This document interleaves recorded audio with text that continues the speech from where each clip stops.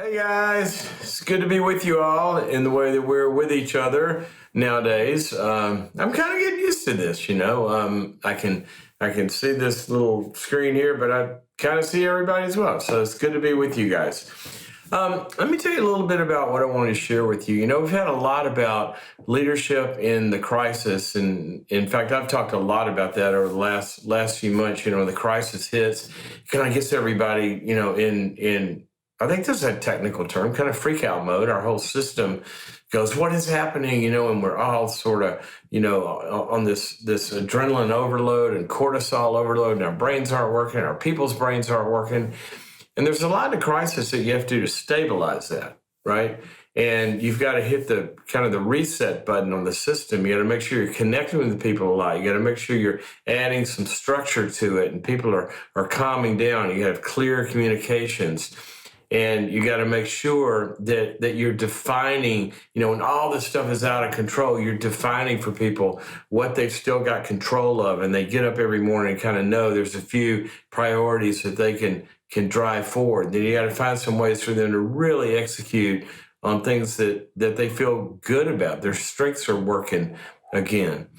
And so, you know, that's kind of the crisis thing. And I think that you know, for the most part, everybody's kind of like steadied the boat in their own way to whatever way that you can do this, right? We've got some routines and some ways of working nowadays. But that brings up a question. And that's what I want to share with you a little bit about. You know, what happens after crisis mode? You know, if we're not just, you know, bailing water out of the boat and we've kind of gotten it stabilized, you know, a leader has got to lead in a certain kind of way when you're still sort of, you know, it's not like everything, the new normal really isn't defined yet. We don't even know what that is. But you've got to be, as a leader, going into that future and in some senses defining for your people and for the rest of the world, the stakeholders in what you do. You got to be defining what that new normal is for them in some ways. And it's a relationship between what happens in the world and how we respond to it. And we kind of define it as well as respond to how it gets defined for us. So I want you to think about this with a couple of sets of eyes. You know, leaders right now, you've got to get in the air traffic control tower. And certainly you got to be looking at today and how do you stay sustainable and all the things about how you know, making sure that, you know, you're still getting the product out the door, whatever that means for you. You're still ministering to people. You're still, you know, if you're delivering food, whatever it is, you know, certainly there's that operational side of today. But if that's all the leader is doing right now, then we don't know if you're going to be around tomorrow, because things are changing so much that a lot of what people are doing today, in some senses, is still kind of trying to hang on to the best of yesterday and what can we still do that we were doing. And yet some leaders are having that other set of eyes, and they're looking forward, and I'm seeing them define the future in some ways, and actually utilizing this crisis, this time, to lay the groundwork for what tomorrow is. And to do that, what I'm going to do is I'm going to share with you kind of a few thoughts that you can gather with your the really smart people that you work with, your teams and your advisors and your boards, and whoever's going to drive this thing forward. And I want you to think about some things and kind of get to some clarity, just using a few little questions to think about, a few little principles.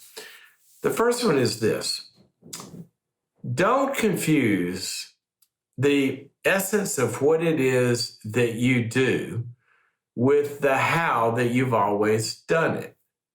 Don't confuse the essence of what it is that you do with the how of the way you've always done it. Now, you've all heard this a zillion times in other contexts, but I want you to apply it to this one. And that is, you know, the old example about if the people in the horse and buggy business had realized you're not in the horse and buggy business, you're in the people moving business, then when the cars came along, they would have, been right there. If people hadn't been in the record business and they had been in the music business and realized the essence of what we do is we get music to people's ears, then they would have done what Steve Jobs did. If, bookstores had realized, which some of them did and others didn't, and those chains are gone now, that they're not in the bookstore business. They're in the connecting people with the ability to read what they're interested in reading with. That's the essence of what they do. Okay, so what I want you to do is sit down with your team and say, let's think about this. We're not, if you're in a church, we're not in the gather people together every week and putting on a big production and giving a talk and playing some music business. We're not in a weekly entertainment business. What we're in is however you fill in that blank. We transform people's lives. We get them connected to God and to each other.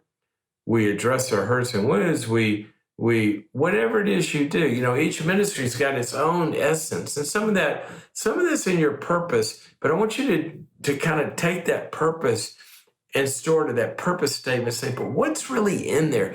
What's the real essence of what we do?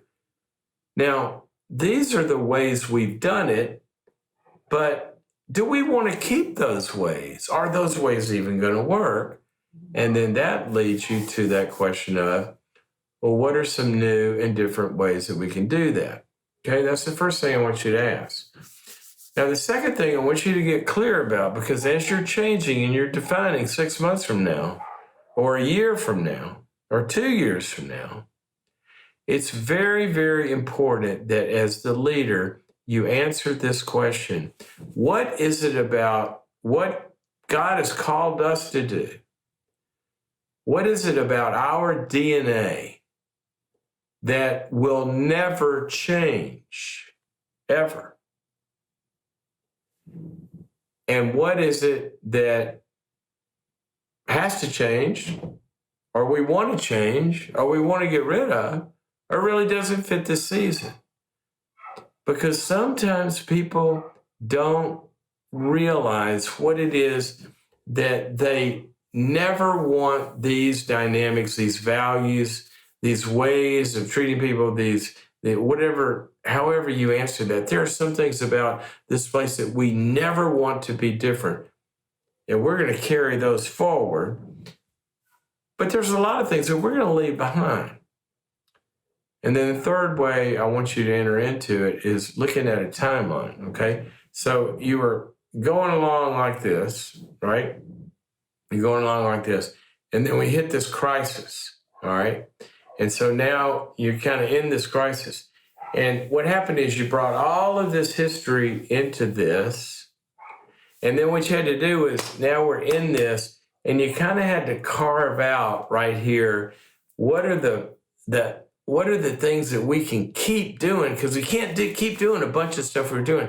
And we're going to let a bunch of stuff go. And that pruning exercise that was forced by this crisis was probably very, very, very beneficial to a lot of you, probably most of you. I know it has been for me.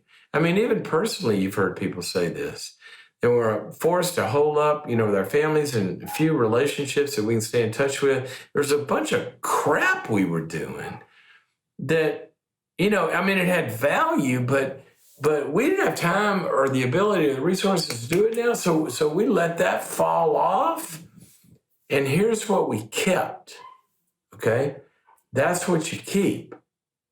And then you also added some stuff in this time. And you're going to take that forward, but you're going to let some stuff fall off the map. Fall off the map because you discovered, why were we doing that anyway?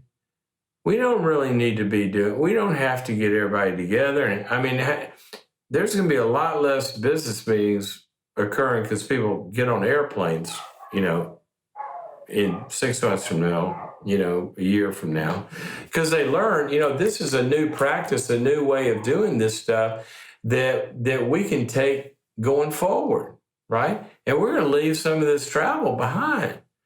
So I want you to begin to think about, what have we learned here that we really don't, this just isn't a pause. We're not just hitting pause and saying all this stuff, we can't do it now, we're going to pick it back up.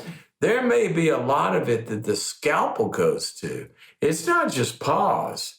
We're going to let it fall away. And I want you to go through a really, really good, I wrote about this in Necessary Endings, a really good pruning process where you go through those 3 categories and apply them right now. Number one, when you prune a rose bush, you find, there's a lot of healthy buds and flowers and stuff on there, but that's what they do is the bush can't sustain all of them to full fruition of what a rose is supposed to be, the ones that fit the vision. So what they do is they find the best ones and they prune. There's some good stuff in there, but it's not the best that we're going to take into the future. So ask that question about, if you're in a business, particular business units or product lines, or in the ministry, certain, subcategories of ministry we're in and certain kinds of meetings and processes. What are we going to let go of? Because that, there's some good to that, but it's not the best that we want to take into the future. Okay. And then the second category of pruning, you know what they do? Is they say, well, which ones of these branches or buds are diseased? And we tried to do everything possible, but they're not working. They're not getting better. They're not getting well. And so we're going to clip those. And, they tried fertilizer. I'm not saying you fire everybody that's not performing or you get rid of everything that's not working. But if you have addressed it and it's not responding and it doesn't want to get well, or it doesn't want to perform, or it just doesn't fit anymore because it's in the wrong season. It should have been, jettisoned a long time ago. You tried everything. What do they do with those branches in the rose bush? Well, they fertilize it. They try to make it work. You put your best mindset. But after a while, they clip it, right? So what's been hanging out that this crisis has forced you to realize, we should not be carrying this forward into the future. So let's get rid of that, okay?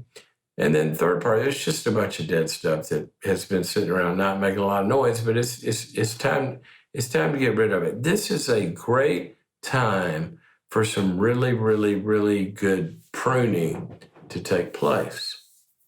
Okay, now as you're doing that, here's the next thing that I want you to apply to that, that kind of decision making when you're letting go of all this stuff.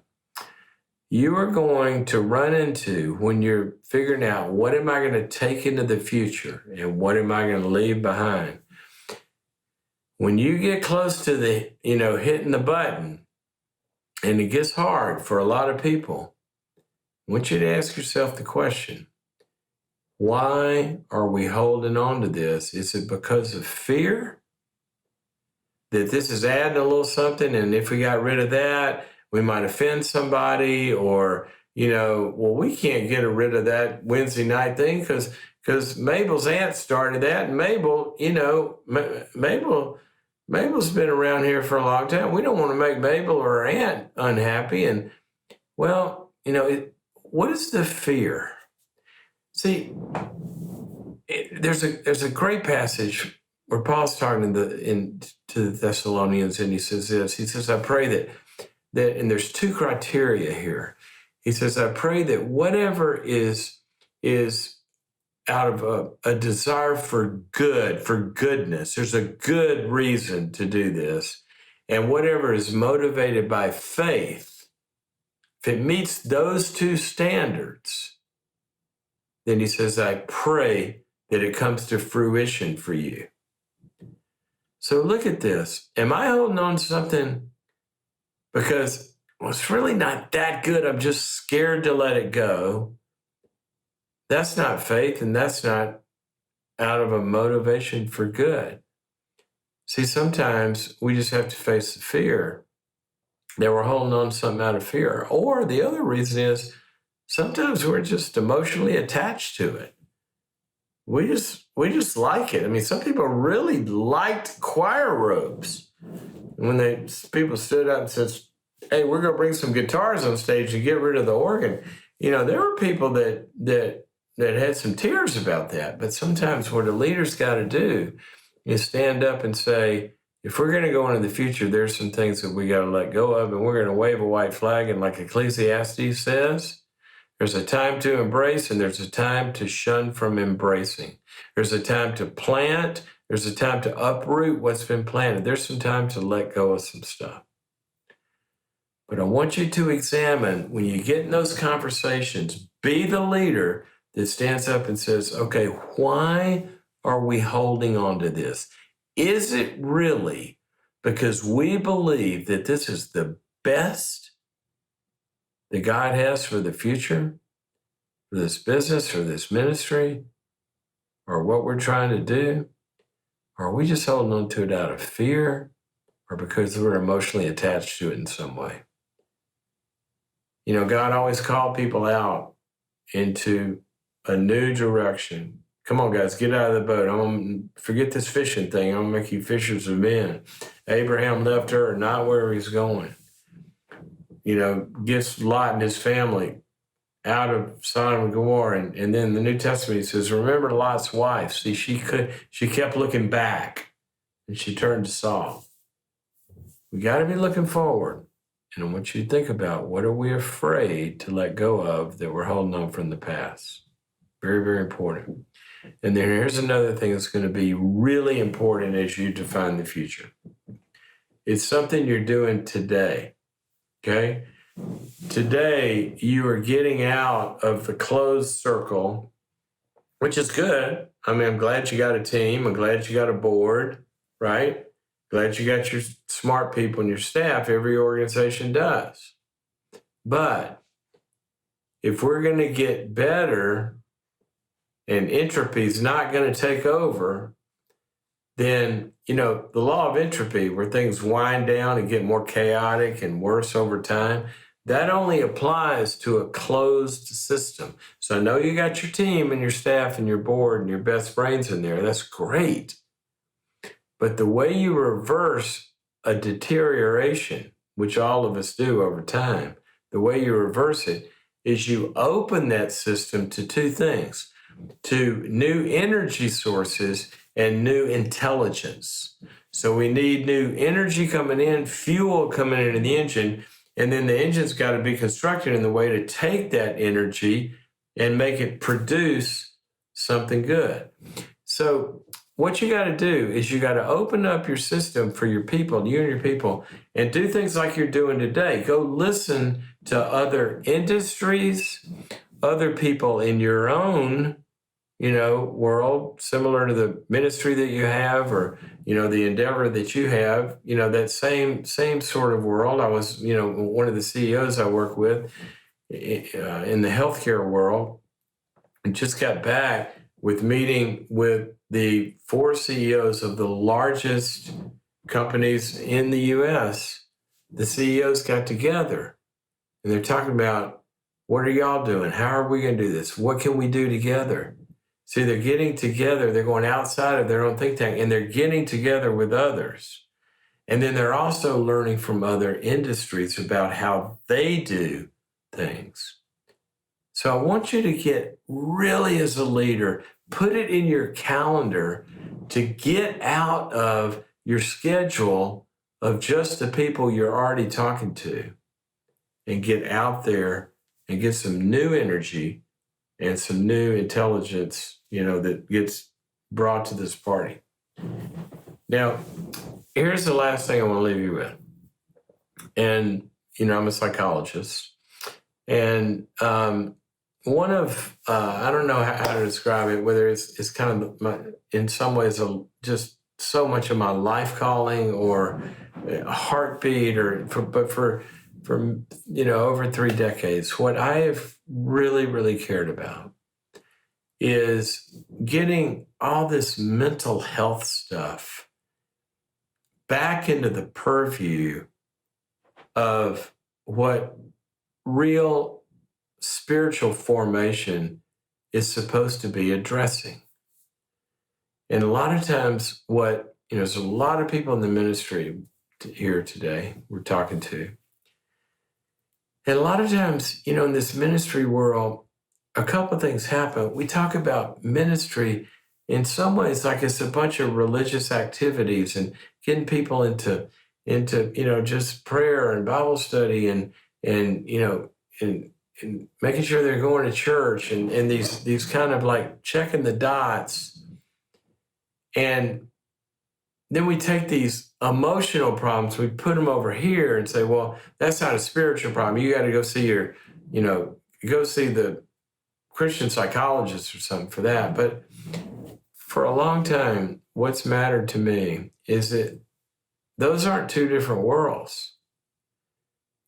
Mental health, here's what I would like for you to do for the people you lead and the people you minister to. We have a mental health crisis in America. And it has gotten way worse over the last 60 to 90 days. Way, way, way, way worse. And we know this from all the indicators. Suicide hotlines, call-ins for help are up in some places, approaching 1,000%. And you know where those hurting people are going to go? I hope they're going to come to you, A. And B, you know where a lot of people that are hurting are? They're in your hallways. They work for you. And so I would like for you to put on in your leadership hat, in part, what you've got to be looking at in this next coming, call it year or more, is how are we going to embrace this mental health crisis and get it out of the fuzzy land of mental health crisis? What the heck is that? It sounds like people in rubber rooms or straitjackets. No, man, we're talking about all of us. Our mental health is basically how we function clinically, our moods and our fears and anxieties and addictions, our relationships. Are they breaking down? Are they working? And our performance in life, are able to function in our gifts and pull off our goals. Oh my gosh, is the church set up to go enter into that world or what? Now you need professionals in the mix to help with really serious stuff, and maybe people need medicine and all that.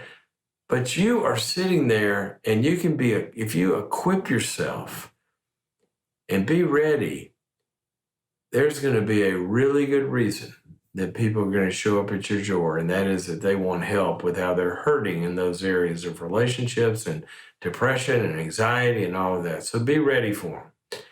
I've been spending the last year and a half working on a project called Churches That Heal. You can go find it at churchesthatheal.com because of this very thing that I want the church to be a place where hurting people can run to and not away from. We can help with this mental health crisis. If we have some ways to do it and to some simple understandings of what to do, you have got to lead through this mental health crisis, and that's going to include people inside of your organization. You got to be ready for them. They're going to be hurting, as well as on the outside. Okay? So I'm excited because I've talked to a lot of you, and you're doing some incredible things. But let's make sure, let's leave behind what we got to leave behind. Let's learn from what's going on now. And in that, let's define the way the future's going to be. Okay? God bless you guys. And I'll see you soon. Bye-bye.